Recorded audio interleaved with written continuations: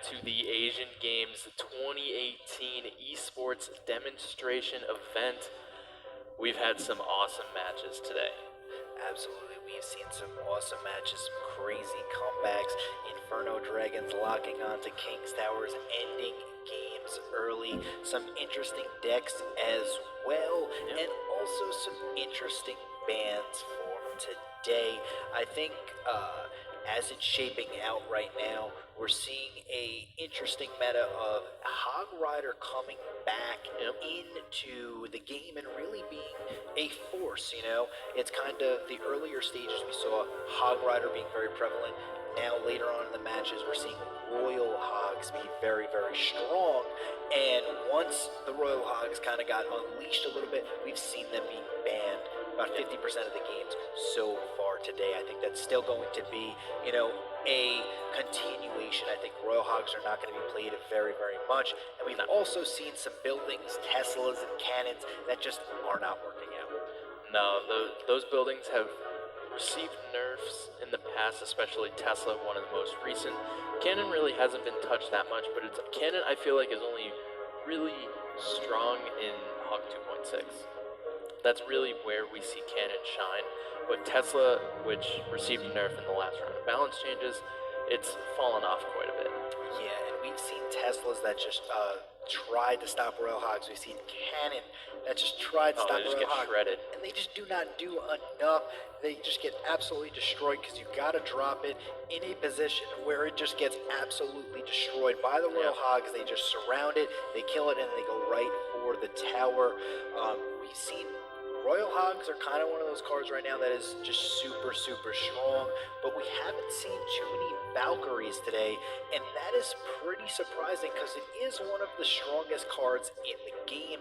I'm interested to see more Graveyard, more Valkyrie play, and I really am interested to see how the meta shapes out going on into our next matches.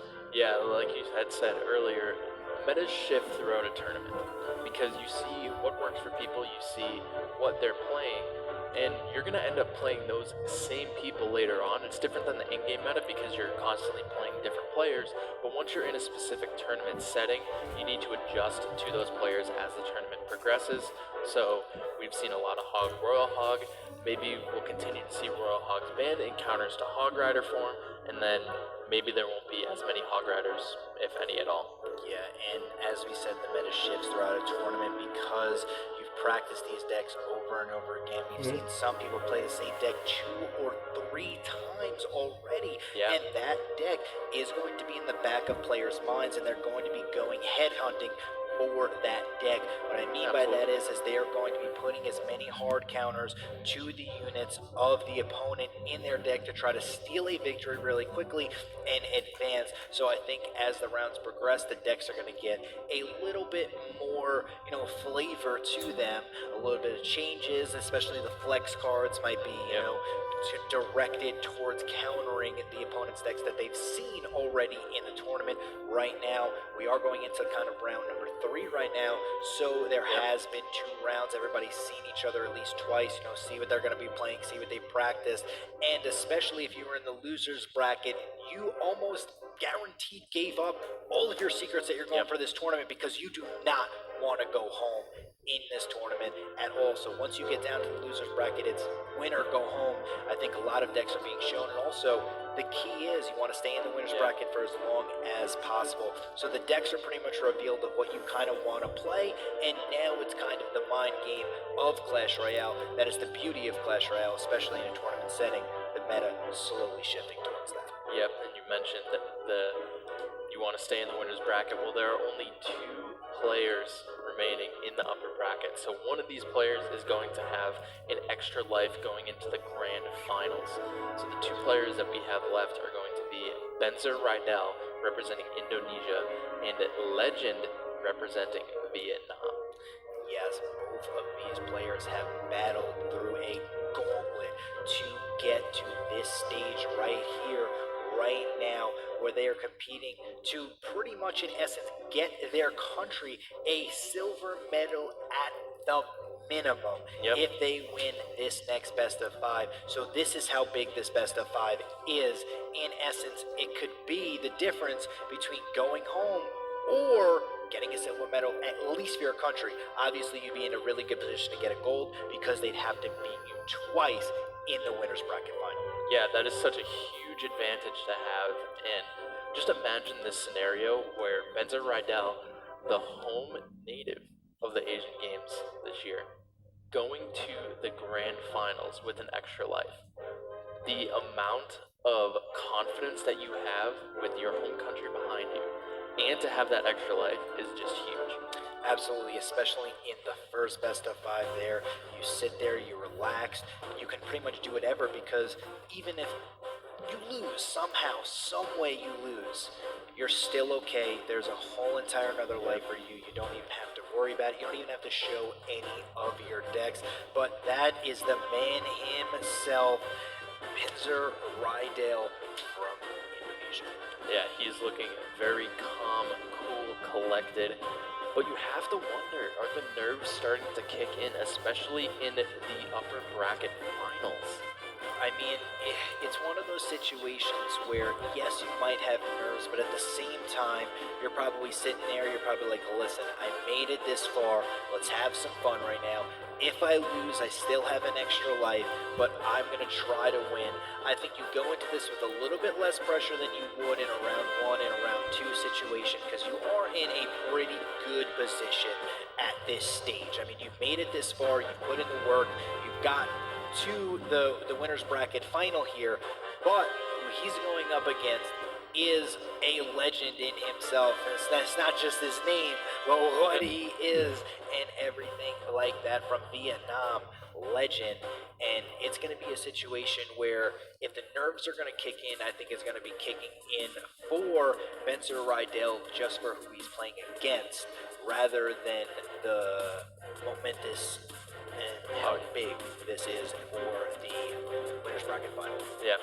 Okay, so here we go. The bans are on the screen. We have Benzer Rydell taking out the Royal Hogs from play, and Legend banning Valkyrie, the first Valkyrie ban we have seen today. We were talking about how Valkyrie is sort of a safety net for these players. Legend not wanting to see it at all. Yeah, we haven't seen too many Valkyries. We've probably seen about 2 or 3 Valkyries in total so far, but now it's completely off the board. Royal Hogs are completely off the board. It's kind of 2 cards that go hand in hand, encountering each other. So no Royal Hogs, no Valkyries. It's going to be interesting to see what's going to happen in game number 1. You have to expect either Ice Golem or Knight coming in place with the Valkyrie ban. And here we go, Legend finally being able to play that Miner. It's been banned, and there's the Knight coming out from Benzer Rydell. Knight on the left-hand side after being able to deal with that Miner pretty efficiently. And there's a Hog Rider on the right-hand lane. Hog Rider going for the tower. Gonna get a couple of shots here. The cannon cart just not gonna be able to kill it fast enough. Only 2 shots on that right-hand tower. Like you have, Benzer Rydell has played Hog. This is the 5th match that we have seen, and he has played Hog in all 5 matches. You just have to assume Hog Rider will be coming up from Benzer Rydell. Yeah, an unfortunate situation right there as the Flying Machine stays onto the cannon cart, and the Mega Minion gets there just in time, and the Hog Rider's just a little bit too late. Yeah, so Legend is running a giant Miner, like we were talking about before. He does have the Wedge. Here comes the Miner, gonna tank, and this might be a lot of damage on the right-hand side.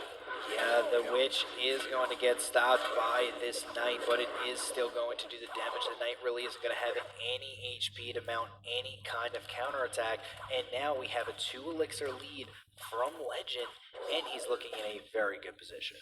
Yeah, minute 30 left in the match. You're sitting at 1500 HP. When your opponent has 600, you have to be feeling pretty confident at this point.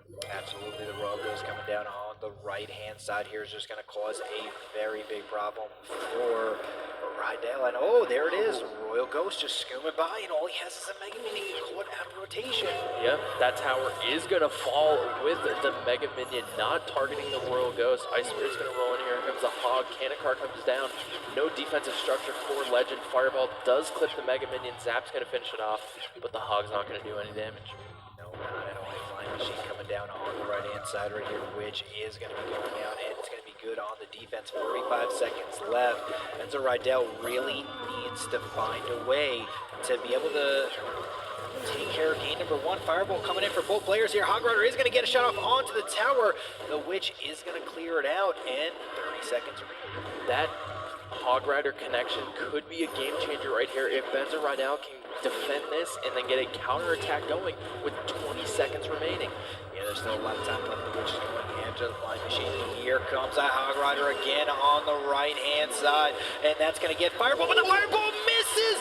Oh no! He didn't need that Fireball on offense, so Legend got really lucky that Benzo Rydell just fireballed that tower, because that was a complete misplay and that Hog would have still taken the tower. Oh my goodness, the missed fireball. We've seen misplays cost games, and we put this one into overtime, but can Legend hold on or will Benzo Rydell come back from that insane play?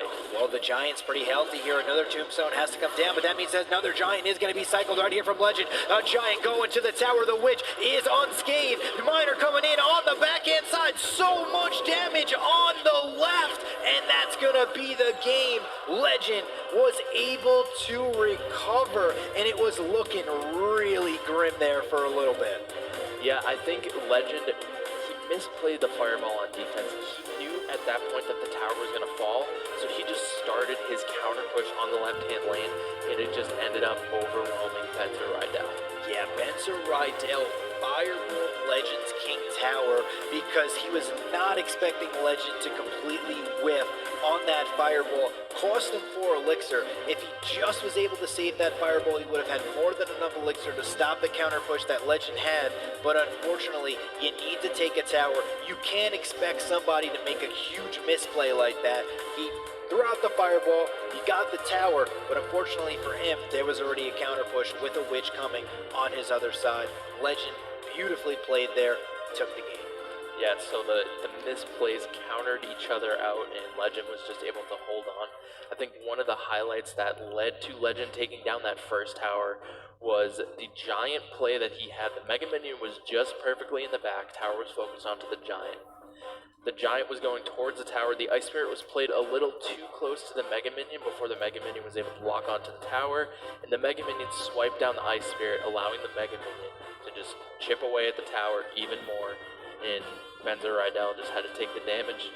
Yeah, he had to take the damage, and that was just beautifully played from Legend there in game number 1, and that is why he's now going to be in a prime position. As we've said earlier, game 1 is huge in these matchups because it may be a best of 5, but once you get off to a strong start, now you're starting the momentum, you're starting the roll, and you can open up a lot of deck varieties that you can go against. And now Benzo Rydell, is he going to continue to run Hog Rider? That is the $1 million question. That is the gold medal question at this moment. Well, at least the silver for now. Is he going to run Hog for the 6th straight game? I mean, Hog was working so well for him earlier on in the day, but you have to assume he has something else up his sleeve. One of his other favorite cards is Mortar. We saw him play a Hog Mortar deck, but with Miner in play, is it possible to see a Miner Mortar Rascals bait? It might be. I mean, the only time he did play Mortar, though, he did lose today, and that could be in the back of his mind. The only deck that he did lose was the Hog Mortar deck. Yeah. Maybe he does run a bait Mortar deck. If you're going to be playing Mortar, the best way to do it is with Rascals, is with bait-style elements. What I mean by bait-style elements is really cheap cycle cards that bait out either Zap or Fireballs or anything like that. But in a Mortar bait style, you'd go with either a Goblin Gang to bait out the Log and the Zap, and then you go with Bats to bait out the Zap, or Minion, or to bait out a Fireball, and just continue pressure over and over again, so he can't use those big spells on offense because he keeps on having to use them on defense. Yeah, so these players are getting ready to go into game number 2. I'm really excited to see what these guys are going to be bringing out for the second game. Yeah, this is going to be a matchup where these two players are going to pretty much show everything they have right now because this is a clutch game for both. If Legend wins this, he's going to be up 2-0, and if Benzer Rydell wins this, he's going to be right back in the series. Yeah, so Furnace coming down from Benzer Rydell. He could still be playing Hog Rider. We'll find out pretty soon. Poison coming down is going to melt this bush, but a miner is going to get a little bit of damage here. Mega Minion just going to swing down.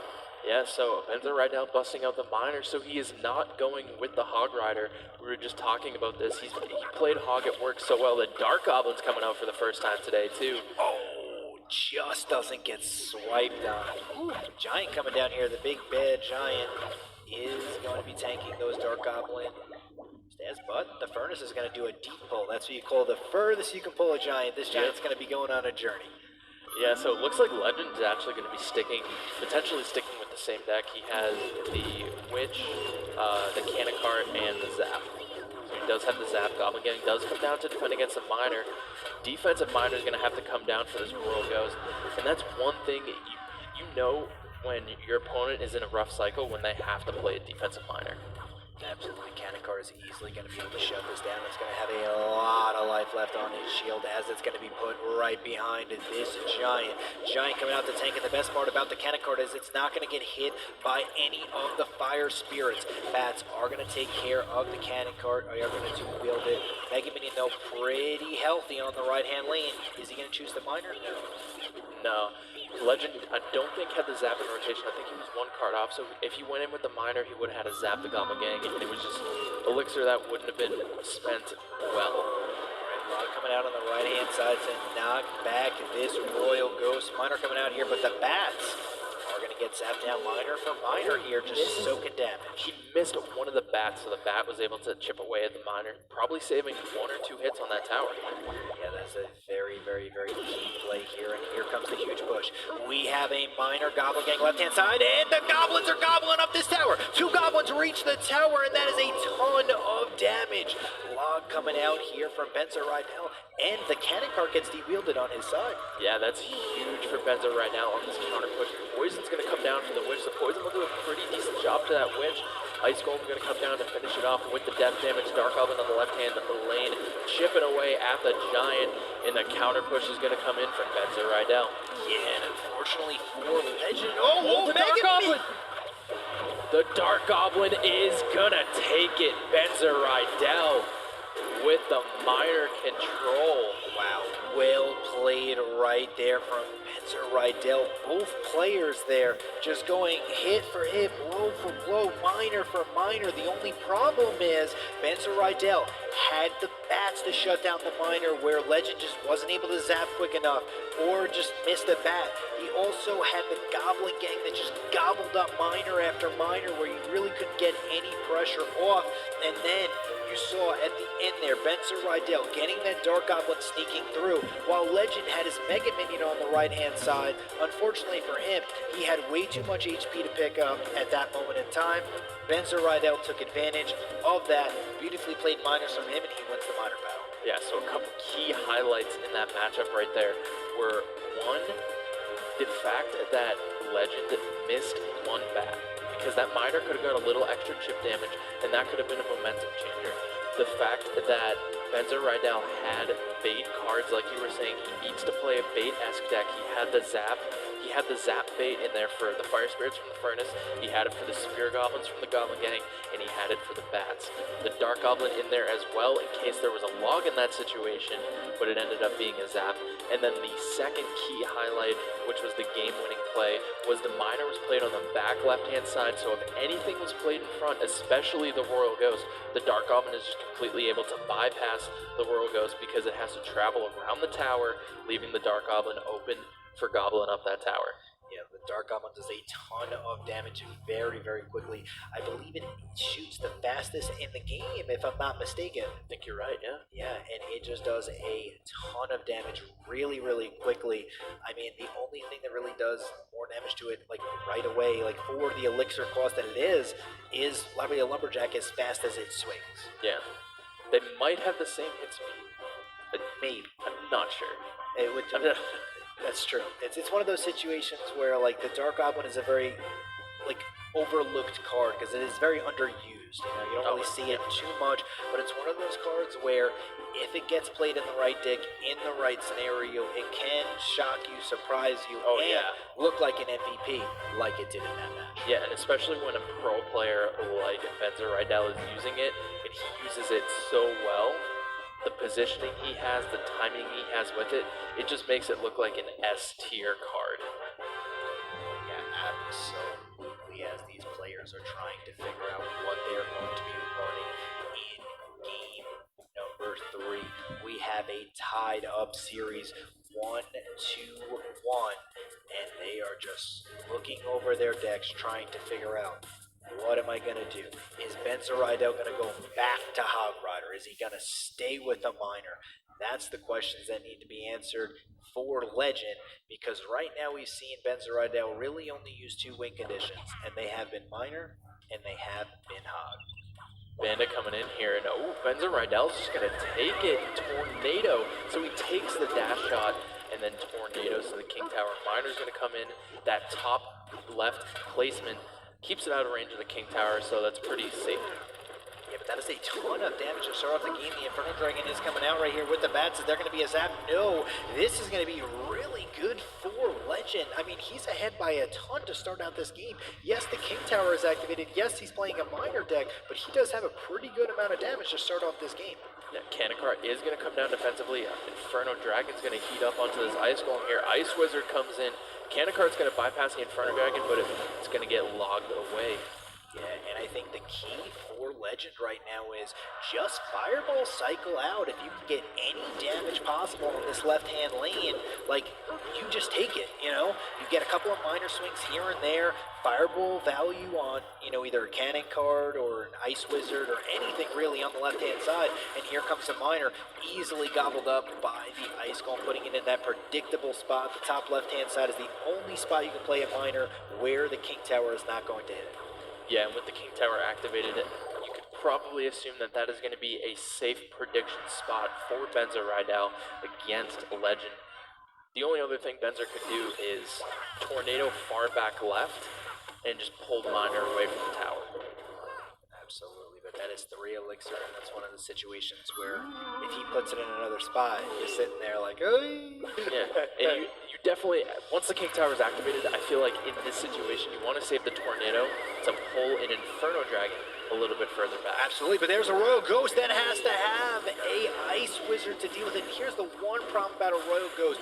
Legend's Royal Ghost is just creating so much havoc. Having to drop the Ice Wizards, having to drop everything, and the Bandit's going to phase right into the Cannon Card. Fireball coming in preemptively for the minions, but the minions are played on the back left-hand side. And could we have a counterattack right now? Yeah, Miner Poison's going to roll through. Inferno Dragon is going to get distracted by these minions. The Miner slowly gets a little bit of chip damage, but Benzer Rydell still looking pretty low on his left-hand side. Yeah, here comes a Miner on the backhand side, and a Fireball as well. That's going to be a big Fireball, and the Miner is chipping away at the tower. Here comes a counterattack from Benzer Rydell. Miner with the poison. The Cannon Card, though, beautifully played right here, and that is going to be a very, very, very big defense for Legend. He's looking really, really good. Yeah, Ice Golem's going to come down to distract this Cannon Cart, but the Miner placed on the backhand side of the tower. Royal Ghost! Oh, the log comes down just in time, but the Fireball chips it down to 398.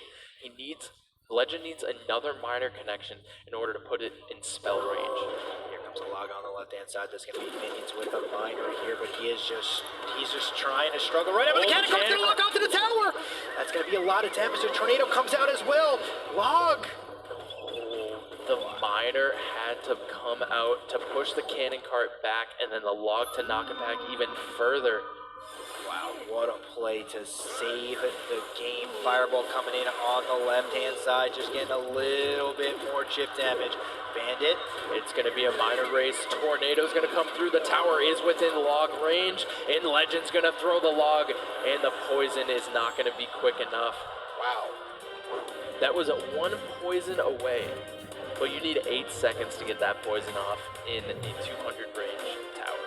Wow. So 1 spell. What a match right there, and that's going to be 2-1 now. Legend gonna be able to pick up that second game, and that was a close one. That was big.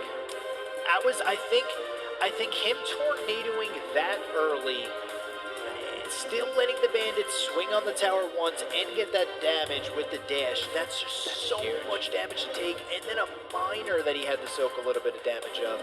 I mean, that's just too much damage early. You're sitting and you're looking at your tower, and it's already 20% dead. Right off the start of the game. Is it really worth your King Tower activation? The answer really is not really, because how much did King Tower really do there? A couple of shots on a miner here and there. That's just one situation, though. Maybe he just didn't have anything else to counter the bandit. Maybe he didn't want to waste an ice wizard for it. But the tail of the tape is this: it's going to be 2-1. Legend on top. Can Benzer Rydell get back into this match? And one thing I want to point out there was Legend had that log on the cannon card that blocked onto the tower. The log was timed perfectly, because if you use a log and if it does enough damage to take down the cannon card completely, the cannon card will actually stay in place. It won't get knocked back. So you need to make sure it has more health than the log would do in damage to knock it back, because if you take down the cannon cart with the log, the cannon cart will just drop where it was. So the fact that the log was able to knock the cannon cart back saved Legend's tower.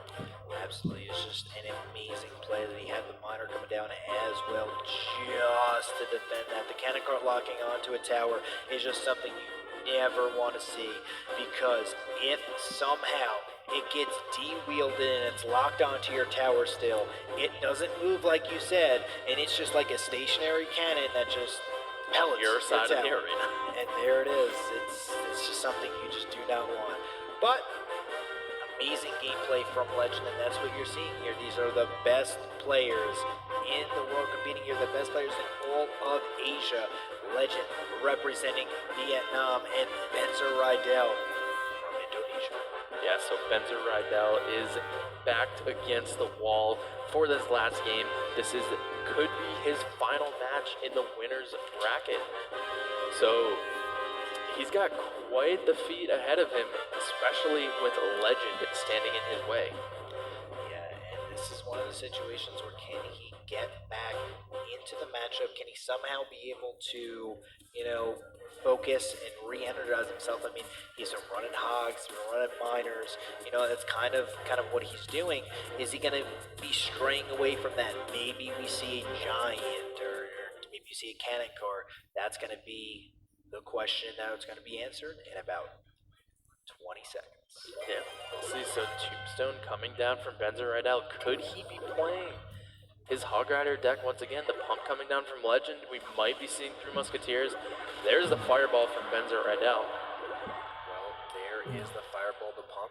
Not really going to get too much value here, but there is. It looks like this is going to be a Fireball bait deck, and there is a Fireball, so he was completely ready for this. The Razgoolis on the backhand side from Benzer Rydell.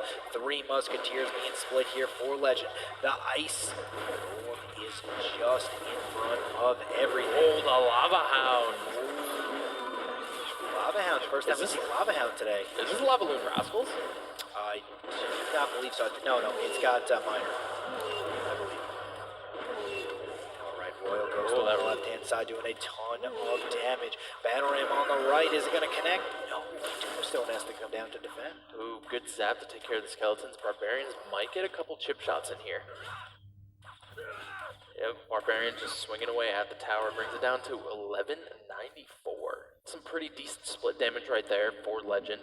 I mean, that's what this 3 Musketeer bridge spam deck does. You just constantly get chip damage with the 2 Musketeers on one side, one on the other, splitting the battle ram, which whatever you feel is best, and especially that pump. And here comes the pressure. Oh, the balloon coming behind the Rascals. Wow, Rascals with a balloon here, still just willing to run this balloon Lava Hound deck, and here comes the balloon connecting twice onto the tower. The Fireball coming in, taking care of the Zappies, and just like that, Benzer Rydell gets right back into this game. Yeah, and the balloon also goes for the pump, so the Fireball onto the Zappies was value for Benzer Rydell.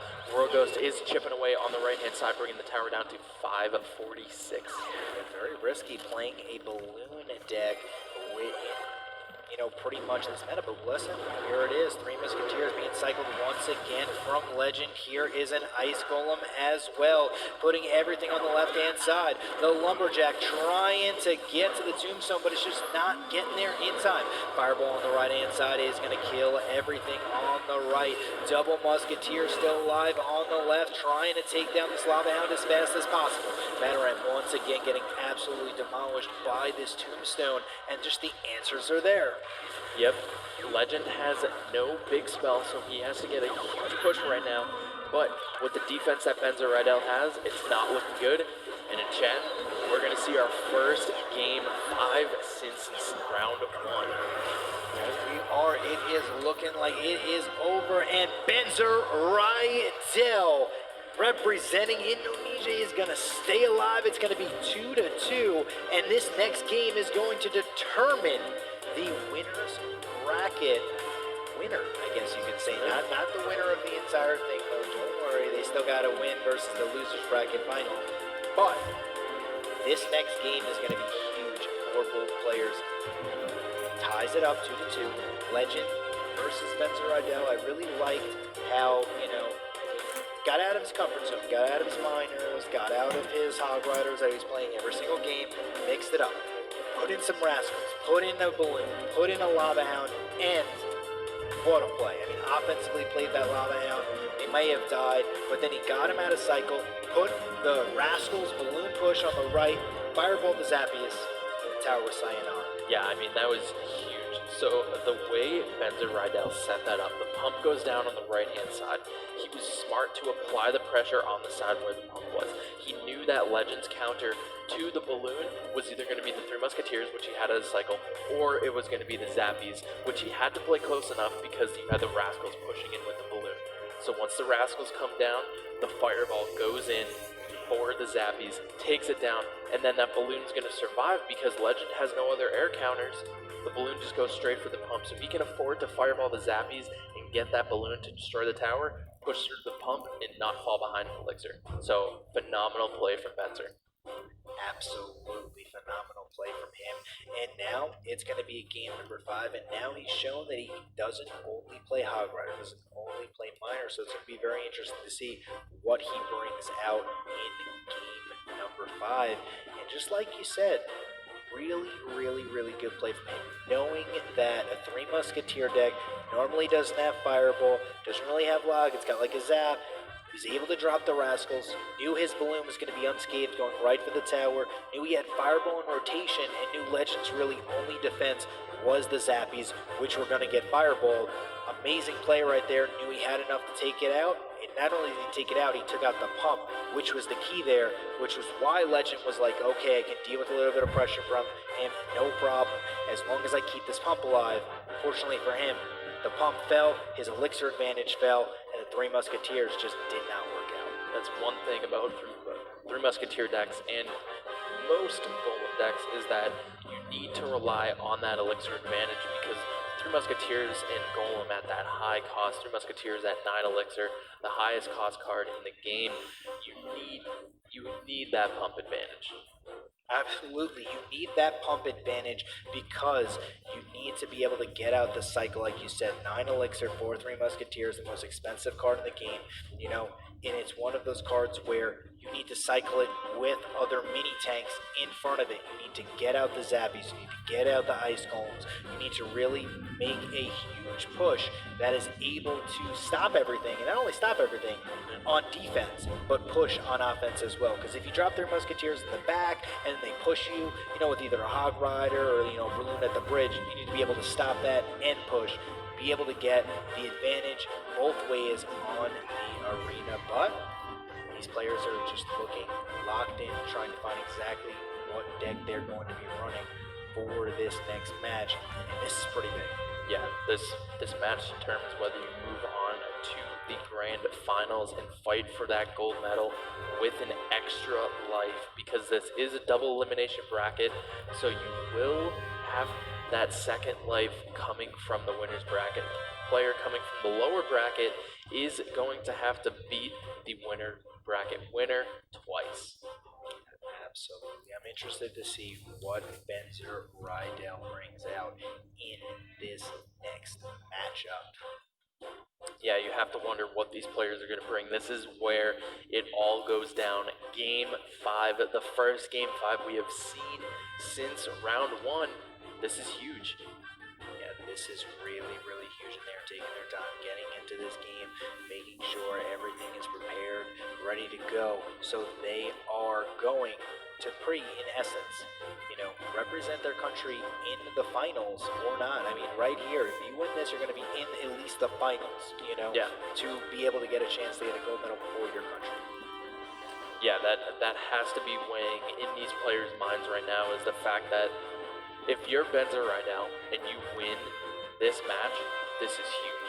Because not only do you have that second life, but you also have the home field advantage of playing in your home country.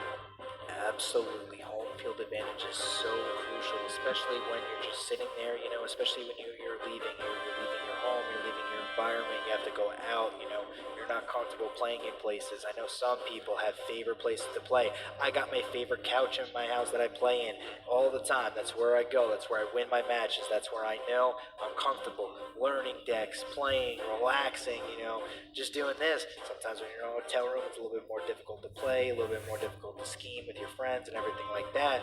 So it does play a little bit of a advantage, I guess you can say, to the home. Not only that, but the home crowd here. We got a live crowd. And it's going to be a interesting road. But 2-2, game number 5. It all comes down to this to move on to the grand final. Yeah, Royal Hawks band, Valkyrie band. You have to wonder, what are these guys bringing out? I'm going to say they got to bring out some. I'm going to say it's going to be interesting because we have seen Benson Rydell run out his mortar deck. And I think if you're going to run a mortar deck, I think it's game number 5.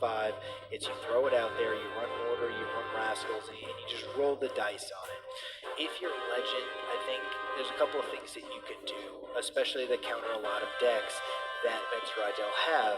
I think you run something like a bowler, You run something that counters a mortar, counters a hog rider, and then you might do like a tornado just to stop, and an electro wizard just to stop a miner from coming at you. You'd be able to easily tornado the miner to the king tower, or you'll be able to electro wizard to stop it. So I think maybe Legend might be going with like a splash yard variant or something like that.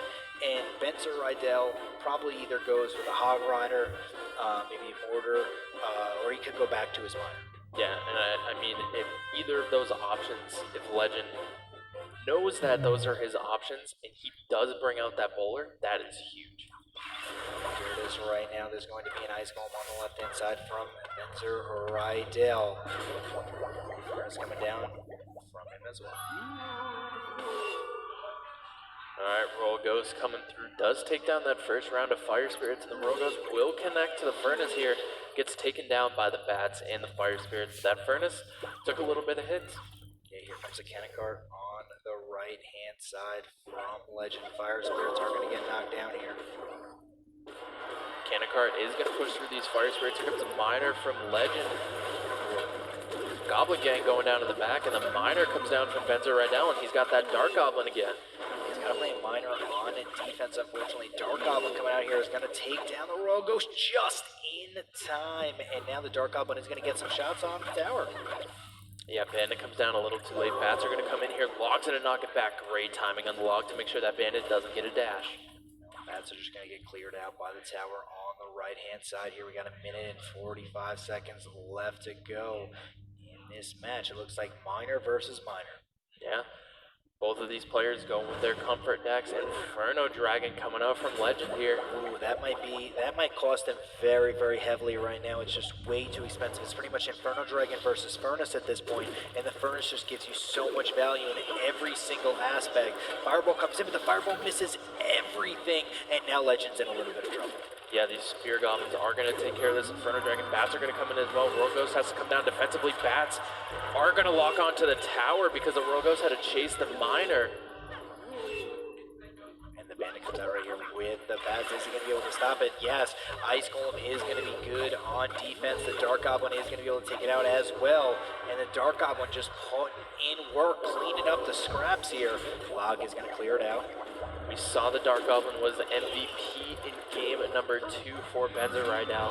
Can it be the MVP of game number 5? We're going to find out here. It's a poison down on the right-hand side, but that poison isn't going to get any value whatsoever. Log, oh, it does just clip the cannon cart, and the cannon cart gets de-wielded right there, as it's going to be just sitting there, but it still does do defense, though. It kind of just acts like a standard cannon, but it does lose a lot of life. Really cool. Poison coming down once again, just getting this chip damage with this poison, and taking down the cannon before it can get to the side of the arena. Yeah, the minor poison pushes from Benzer Rydell are just slowly stopping these cannon carts, and Benzer is applying the pressure now with the minor going in. The bats are going to come through a little bit, chip away at the bats. Here comes a counter push bandit. Yeah, the furnace is just causing so much of a problem right now. Just beautifully played from Benzer Rydell over and over again. And I think that this is just a tale of just having the better deck, you know? The Inferno Dragon just unfortunately isn't doing anything. Yep, there's a miner slowly chipping away. 364 remains. The log is going to roll through. It is going to chip that tower down to 280. That is poison log range. Here comes the miner on the backhand side. Dark Goblin's going to come down to defend. Bandit is going to dash to the Dark Goblin. Dashes to the Spear Goblin. And that miner is slowly chipping away at the tower. Yeah, but it's going to be looking like this might be the game right here. Miner coming in on the right-hand side. It's going to connect once onto the tower. It's going to connect twice, 3 times, but the bandit's going to be to the right! The poison's coming down. We have a base race. The miner's going to come in. The poison's going to chip away. The log knocks it back. Benzer Rydell moves on to the grand finals. Oh, Benzer Rydell moving on to the finals. Winners bracket champion. And he's going to have to beat him twice in order to do it. The hometown hero here in Indonesia has just advanced. The sigh of relief on Benzer Rydell's face as soon as the poison started ticking away. Wow. What a match. Yeah, what a match right there. Minor war, but the difference in that game was Inferno Dragon versus the Furnace. The Furnace just kept on getting value over and over again. And with the Inferno Dragon, it just sits there, it just does a little bit of damage to a miner, clears out the miner, and then just goes and dies because it's never going to reach a tower, especially with how many little units they had. They had Goblin Gang, they had, you know, Furnace, Fire Spirits just chipping it down. It was never able to get any value as the Fire Spirits just kept causing a havoc.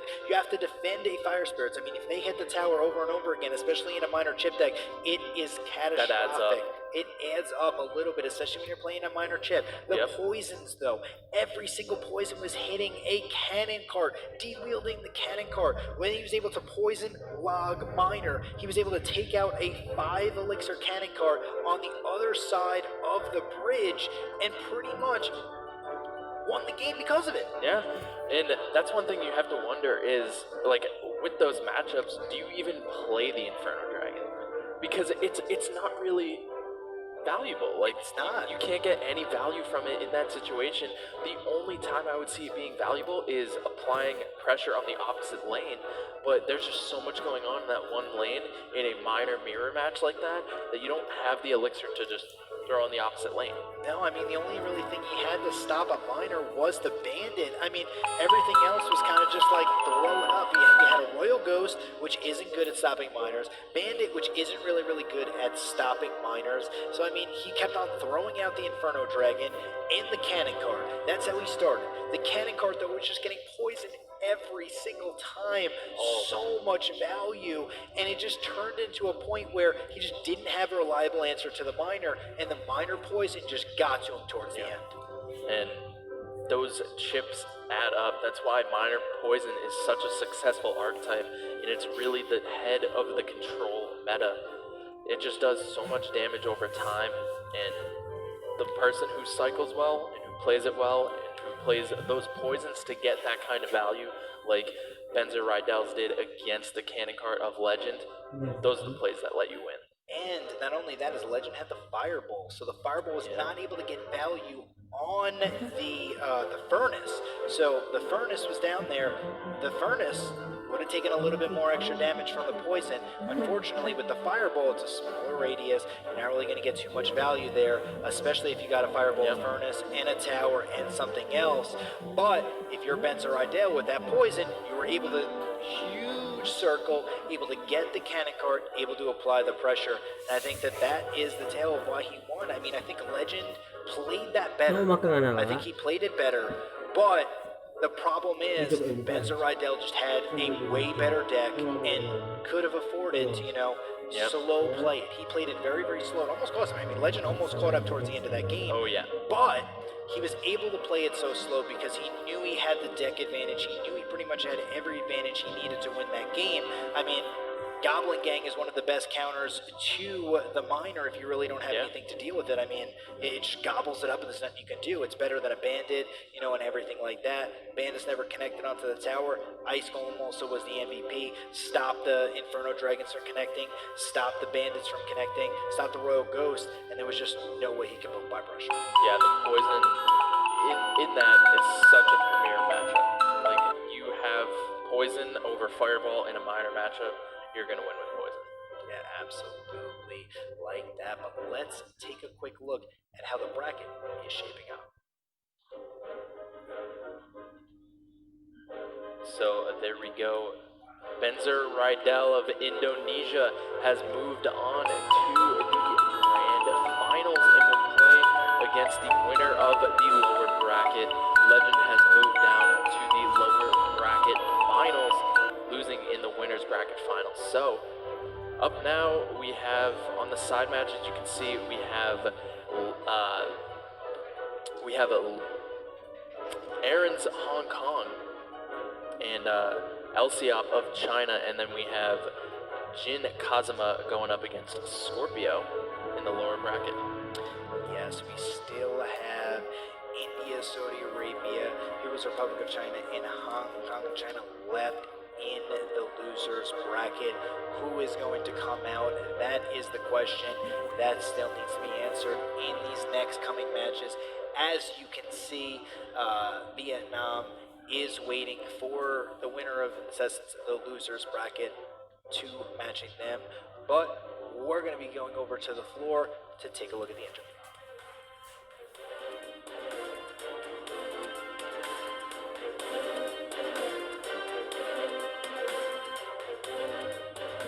After match interviews, I'm Isaac Peña.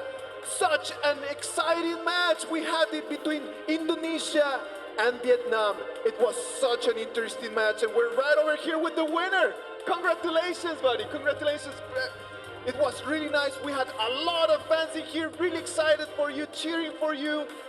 And first question that I have for you, what's your feeling? You are really close to the dream that is making it to that podium right over there. Talk to everyone. What do you feel right now? Sekarang, apa perasaan Anda sesudah masuk ke babak final?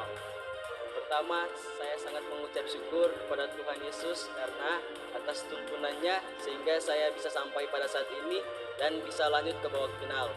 Perasaan saya sangat senang dan juga saya banyak berterima kasih kepada yang sudah mendukung, mensupport dan mendoakan saya. Semoga Tuhan Yesus memberkati.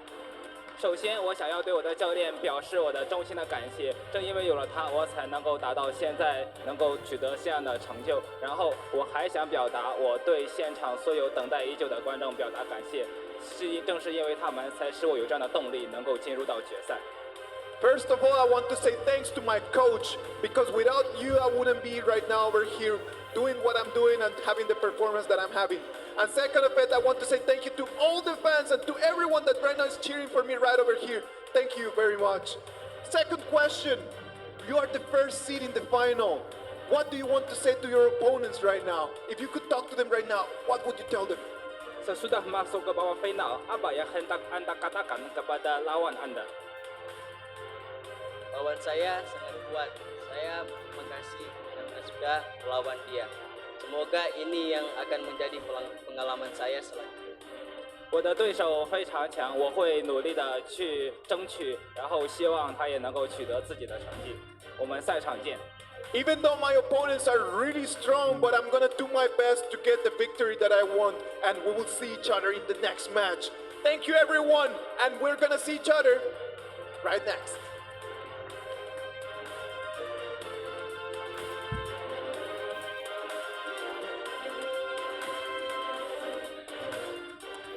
So there we have it. Benzer Rydell ready for his next opponent. He does have a little bit of a break now. We have to go through the lower bracket, of course, for him to see his next opponent. So we have some awesome matchups remaining, and of course, one of the most expected is Aaron and Elsia. Yeah, that's going to be a very anticipated matchup. Hong Kong versus China. And then we also have Scorpio versus Jin Kazama, where it is India and Saudi Arabia in the losers bracket. Those players will be fighting to play versus whoever wins, all those matchups will be going over to Legend, who just lost that game in the winners bracket. So he is waiting to meet whoever loses this in the losers bracket to get to that stage. We got a couple of matches still left to go before we get there, and I'm anticipating this next matchups. You know what I mean? Because the winners bracket, yes, it's cool, yes, it's fun, yes, you just got there, it's amazing. You know what I mean? But this is do or die. Yeah, you know what I mean? this is Losers it. bracket is if you lose, you're out. You're going home, and unfortunately, there's still medal spots up for grabs. So if you lose now, you're going to lose your spot at getting one. You need to be able to win pretty much the losers bracket in essence to get to where Legend is. Otherwise, you're going to be walking home at the end. Yeah, so the next couple matchups we have Aaron versus Elsiop, Scorpio versus Jin Kazama. Scorpio is probably one of the most innovative deck builders left in this matchup down in the third round of the lower bracket. Yeah, and I'm excited to see if he's going to be bringing out some crazy decks for this next matchup, or is he just going to be throwing it out? But our first matchup that we're going to be going over right now is El Siap from the People's Republic of China. He has 69.99. Look at that, almost 7,000 trophies. Woo, so many. Wow. And his favorite cards, once again, will be Bats, Giant, and Golem, that favored beatdown archetype. And then for Hong Kong, China, we have Representative Aaron. Yeah, these two players, both on Nova Esports, both on the same professional team, definitely practice with each other, definitely know each other inside and out. And I'm excited to see who knows which one better at this point. But we have the player from Hong Kong, China, Aaron, 6,152 trophy high, Ice Spirit, Hog, and Ice Golem as his favorite cards. Yeah, that quick cycle playstyle, that 2.6, that's 3 out of the 8 cards. So 3 out of the 8 cards. I mean, he can play everything, and I mean, both these players can play a very, very, very, very, very wide range of decks, and I'm excited to see what kind of decks they bring out. I think we might see some interesting decks because there might be targeted, cards, but then again, we have bans. The bans are really going to tell the tale of how this is going to go. I think both of these players are not going to be able to play their most comfortable card. I think both of these players, Aaron and Liza, both know each other enough to ban, the favorite card of their opponent. yeah, I wouldn't be surprised if there are definitely target bans in this matchup. I wouldn't be surprised if there's not a Royal Hog ban. Like, there's got to be something. These guys are teammates, so there's something they know about each other that obviously we don't see from the outside, but this is going to be a really good matchup nonetheless. Yes, so it looks like the bans are coming in. I believe we have an Inferno Dragon ban, and what is that? Is that a Mega Minion? It's a Mega Minion. Alright, that's the first time we've seen Mega Minion ban, and the first time I believe we've seen Inferno Dragon ban. So interesting bans. I think these are targeted bans towards the players. Of course, yeah. I don't think they were going to ban anything like a Royal Hog or anything like that. They were going straight for the support target.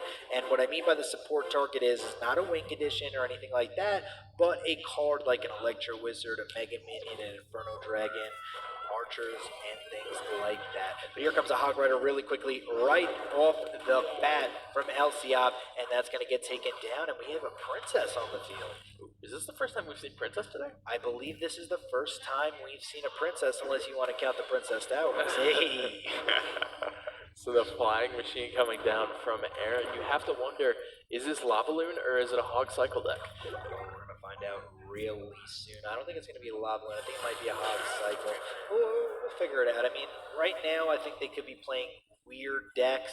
I wouldn't say weird decks, but decks that specifically counter their opponent. They know each other so well that really any deck is on the table. Tombstone, oh no, that's going to be an interesting tombstone right there. Hog Rider is going to get a shot off onto the tower, make it too. As the little thingy gets a little bit of value right there. Yeah, minions barely survive that Ice Wizard, but they will get taken down from the tower. All right, Princess. Oh, at the bridge, getting a little bit of pressure off too. Last Princess. That Skeleton's able to defend. Cannon card at the bridge is going to lock onto the tower. Yes, it is. That's going to be a ton of damage as he's just going to soak this. Yeah, I don't think he has a choice to. He needs to save the Tombstone for the Hog Rider because Valkyrie isn't going to do good against it. Minions will still allow 2 hits, and there is the Lava Hound, so it looks like Aaron is going to be playing Lava Loon. Elsiop going in for the push with the Hog. Hog Rider getting off a couple of swings here. Valkyrie not really getting too much value as the Lava Hound moving on the left-hand side with the Valkyrie. Bats being played here, trying to kill the Valkyrie. Great zap right there from Aaron. Here comes the balloon in the back. What does he have? Is there a tornado? He might have a tornado, and there it is. Yep, tornado's going to pull that all back. Here comes a flying machine to support this. Lava Hound Ice Wizard comes down. 2 defensive fireballs knock that balloon back, and the balloon will not get damage onto the tower, but the death damage will get there. Yeah, but such beautifully played right there from Elsiop, just having all the answers. Princess getting value, and it's going to kill her down. Hog Rider going right for the tower, and this is not looking good for Aaron. No, Elsiop is going to be able to tornado this balloon, and with the Ice Wizard slowing it down, that is just going to be too much for the balloon to get through, and Elsiop just has the matchup here. Yeah, here comes the Ice Wizard. There's a Hog Rider on the left-hand side. The Tombstone comes down, but the Cannon Card's going to be making quick work of that. Ice Wizard takes care of everything, and look at this. So much damage off, and that's going to be the game. Beautifully played right there from Elsiop. Had the control of the game the entire way, and was able to easily win game number 1. I think he just knew exactly what he needed to do. Had the Princess, had the Ice Wizard, and had the Tornado. He had the perfect counter to Aaron, and there was really just no way Aaron could get any damage off onto the tower. And I think that Elsiop just knew what he was going to be going against. Yeah, he had Aaron's number in that match, so he will go up 1-0 in this best of 5. 1-0 in the best of 5, that's pretty big, and let's see if Aaron is able to recover from that. This is going to be a very big game to Aaron, and hopefully let's see if he is able Nggak bisa dimundurin lagi live ini bang. deck choice and be able to counter Elsiop, because right now it's looking real good for Elsiop. Yeah, and typically we have seen the person who wins game number 1 wins the set, so that has to be in the back of Aaron's mind right now. It has to be in the back of his mind as he is going over decks, trying to figure out which deck is going to be used here. And this is one of the situations where if you're a pro player and you're trying to figure out a deck and you know your opponent so well, it could be actually a detriment to you that you know your opponent so well, because you could be playing a mind game with yourself. You know, you could be like, oh, is he going to be running, Hog? He used this a lot this week. Is he going to be running Miner? He used this a lot this week. Is he going to be running, Royal Hogs? He played this, versus, on Scrims the other day. And it could just get in your Ini head. lagi You just streaming, have nggak 6 bisa or 7 dimundurin. decks, because these players, they don't only play one deck. They're not one-trick ponies or anything. Jadi sementara live like ini. that. You're not really going to see that in a Lagi live tournament bang, on this jadi nggak bisa scale. dimundurin. It's kind of one of those situations where it gets in your head too much, overthink.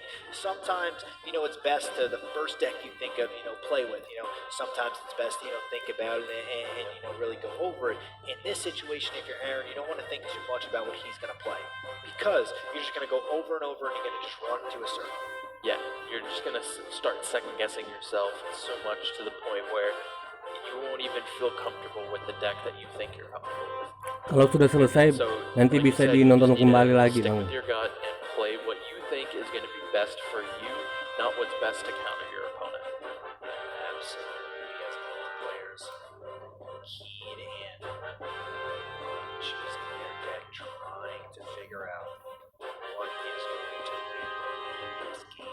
legend, though, Elsiop is looking. I mean, I want to know, right? So let's just say Elsiop, right? Let's put you in Elsiop shoes. You're 1-0 right now. What kind of deck would you be running in this matchup? With Inferno Dragon and Mega Minion Band, I would almost say you just bring out a giant deck if you're LCOP. So bring out a giant Cannon card? I would say probably giant cannon card. Giant Cannon card? Alright. You got giant Witch? You got Witch. Witch, okay. Or Night Witch. Either Ini one? fase If you semifinal play Night Witch in a antara situation Cina where lawan Inferno Hong Dragon Kong. and Mega Minion are banned, Tadi Indonesia lawan is gonna Vietnam. be probably Indonesia a little masuk bit better final. for air support, because you definitely need the air support with 2 premier air support cards coming out in the bans. Then you need to have something that's going to be able to take down the air support fast, whether that be minions, minion horde, or maybe if Aaron decides to play Lava Loon again, which would be better than Night Witch in that situation. Yeah, absolutely. And I think it's one of the situations where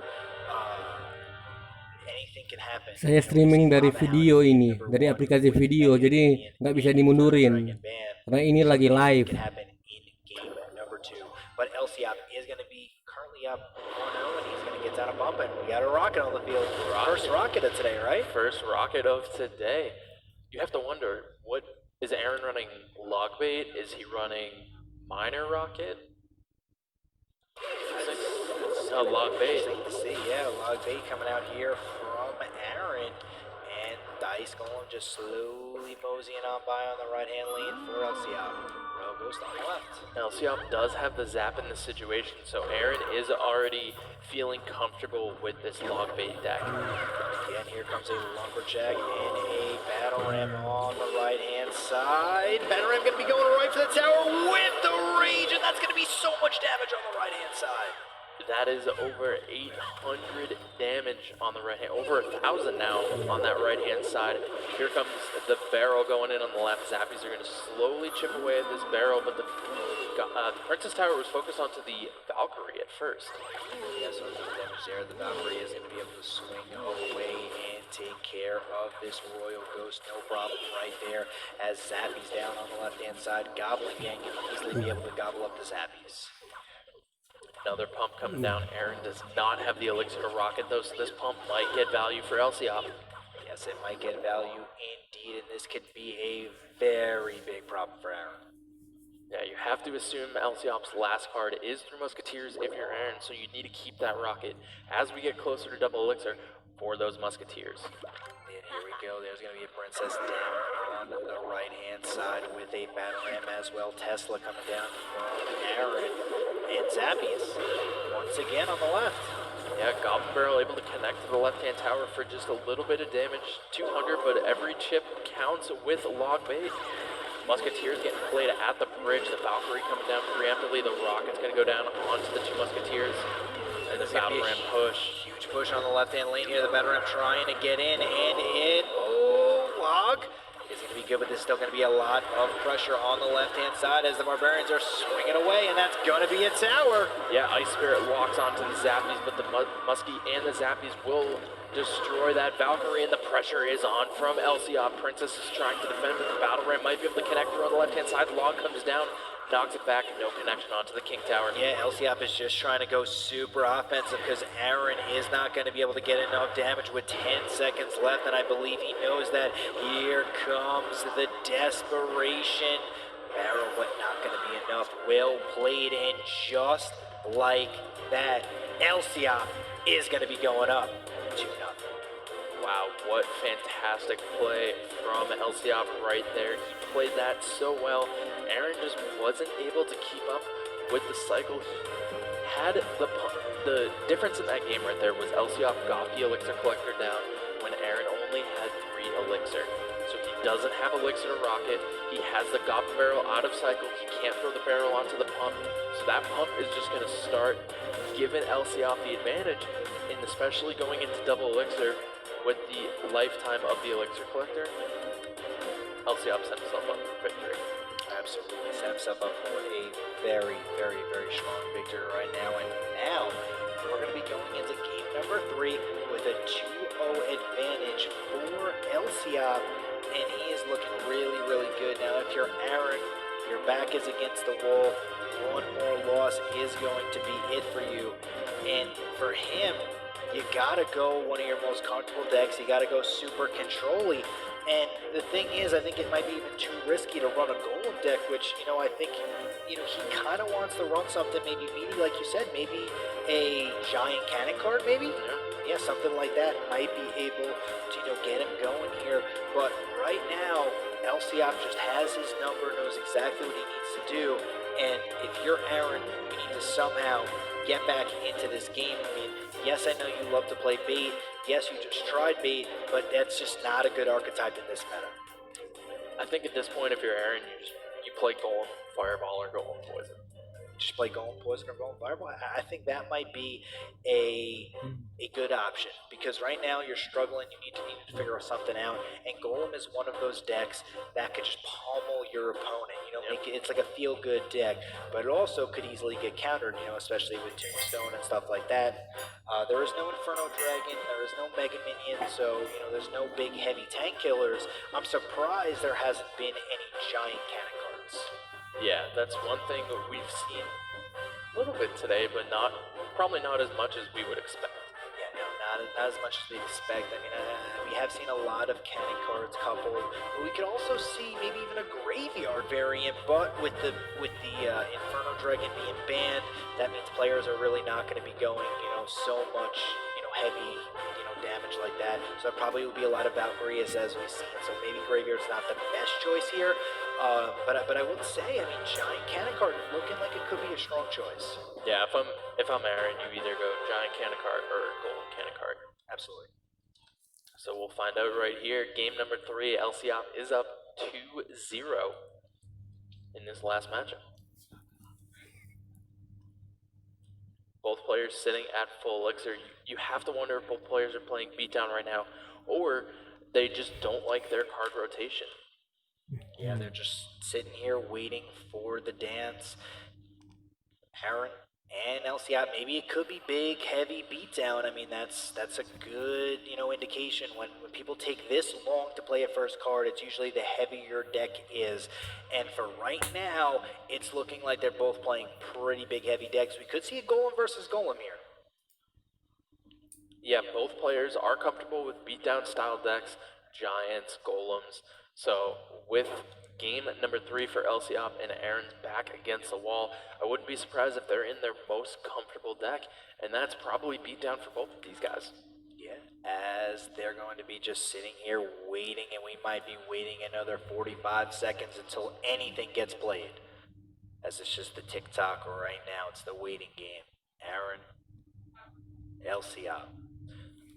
Yeah, if you guys are new players, this is what typically happens for players who play beatdown versus beatdown, or their cycle isn't exactly where they want it to be. It's not that good of a cycle, so you just want to have that situation where you're in control, especially for beatdown. Once you get that double elixir going, then you can just cycle through very fast. And looking like we're going to be having to wait another 10 seconds before any card gets played here. As tick, tick, tick, tock. I would usually, if I'm in this situation, I play my tank right away, and it's giant from Aaron and battle ram from LCOP. Alright, so here we go. We got a giant on the right hand side from Aaron. Big Mama though from LCOP. Probably no, but here comes the 3 Musketeers. Oh, what a fireball! And that fireball is going to get a ton of value. Both the Musketeers are going to be snaking through behind that. Here comes the battle ram on the left hand lane. But that one Zappy gets through with the Electro Wizard. So much value onto a battle ram, just as able to zap it down with either the Electro Wizard or the Zappies. Yeah, here's the minion horde on the right hand side, and arrows from LCOP for the horde. The battle ram's going to connect on the left hand side. Rogos is doing a ton of damage on the right with the Zappies. Giant's going to be able to push through here on the left. It's going to have to be a tower trade for Aaron here, or LCOP is going to move on. With 10 seconds left, the Electro Wizard comes down. The P.E.K.K.A cleans up the Barbarians. It's going to chop away, and LCOP is going to move on. Wow, unbelievable gameplay right there. 3-0 from LCOP. Just played each and every game phenomenally, and if you're Aaron, dropping a giant in the back like that, being like, all right, I got this game, and then all of a sudden having a P.E.K.K.A come down easily clears up your giant, and now you're in panic mode after that. Easily rotated with battle rams on the left, battle rams on the right. The pressure from LC out there within that 60-second window was just too much, and unfortunately, that's what happens when you have a giant versus a P.E.K.K.A matchup. Yeah, LCF just had Aaron's number in that matchup. That last deck especially was so strong. You have Fireball for the Three Musketeers. You have arrows for the Minion Horde. Like, that is just... Oh, the arrows were the game, because when the Minion Horde came down, the arrows were right there. Oh, yeah. Easily able to clear it out, and then all of a sudden you're